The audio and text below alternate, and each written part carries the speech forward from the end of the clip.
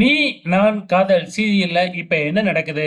நம்ம அபியும், ராகவும் ரொமான்ஸ் பண்ணுவாங்க அப்படின்னு பார்த்தா, டாம் அண்ட் ஜெர்ரி மாதிரி மறுபடியும் சண்டை போட்டிக்க ஆரம்பிக்கிறாங்க.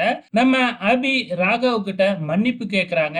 எதுக்காக அப்படின்னு பார்த்தீங்கன்னா, மது விஷயத்துல ராகவ் தப்பு பண்ணிட்டாரு அப்படின்னு சந்தேகப்பட்டு தானே இந்த கல்யாணத்துக்கே ஏற்பாடு பண்ணாங்க அபி.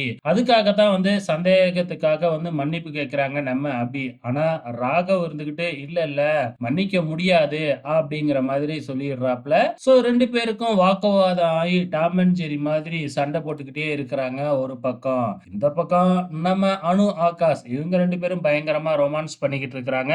மறுபடியும் நம்ம ராகவ் அபிகிட்ட மன்னிப்பு கேட்கணும் அப்படிங்கிற மாதிரி போறாப்ல. எதுக்காக அப்படின்னு பாத்தீங்கன்னா, நம்ம முரளி விஷயத்துல அபிய சந்தேகப்பட்டார் இல்லையா? அதுக்காக பாத்தீங்கன்னா, என் மேல எனக்கு இப்ப உன் மேல சந்தேகமே இல்ல.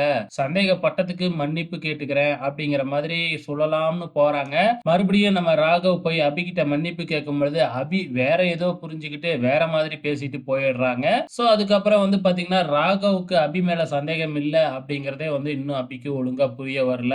இந்த பக்கம் ஆபீஸ்ல மறுபடியும் குடவுன்ல போயிட்டு ஏதோ ஒண்ணு வைக்கிறதுக்காக போறாங்க. அப்ப அங்க இருக்கிற ப்ராப்பர்ட்டிஸ் எல்லாமே கீழே விழுந்துருது. அபி மேலேயே எல்லா ட்ரெஸ் துணி எல்லாம் விழுந்துருது. நம்ம ராகவ் தான் வராப்ல. அந்த இடத்துல ராகவ் அபி மறுபடியும் டாம் அண்ட் ஜெர்ரி சண்டை தான். அதுக்கப்புறம் நீ யோன்னு என்னைய கூப்பிட்டாதான் நான் உன்னை தூக்குவேன் அப்படின்னு ராகவ் சொல்ல போக, அதுக்கப்புறம் ராகவ் போன உடனே அங்க ஒரு கிஃப்ட் கிடைக்குது. அது என்ன கிஃப்ட் அப்படின்னா சீரியலோட ஆரம்பத்துல முரளி அபிக்கு கொடுத்த அந்த கிஃப்ட் தான். சோ அது கிடைக்குது. அதை போய் கேபின்ல ஓபன் பண்ணி பார்க்கலாம் அப்படின்னு நம்ம ராகவ் அபியை தூக்கிக்கிட்டே போறாப்ல. அங்க வச்சு ஓபன் பண்ணி பார்த்தா அதுல பாத்தீங்கன்னா 2 கப்பிள்ஸ் மோதிரம் இருக்கு. அந்த மோதிரத்தோட ஒரு லெட்டரும் இருக்கு. இன்னி எபிசோட்ல அதுதாங்க நடந்திருக்கு. வெயிட் பண்ணி பார்க்கலாம் நாளைக்கு என்ன நடக்குதுன்னு.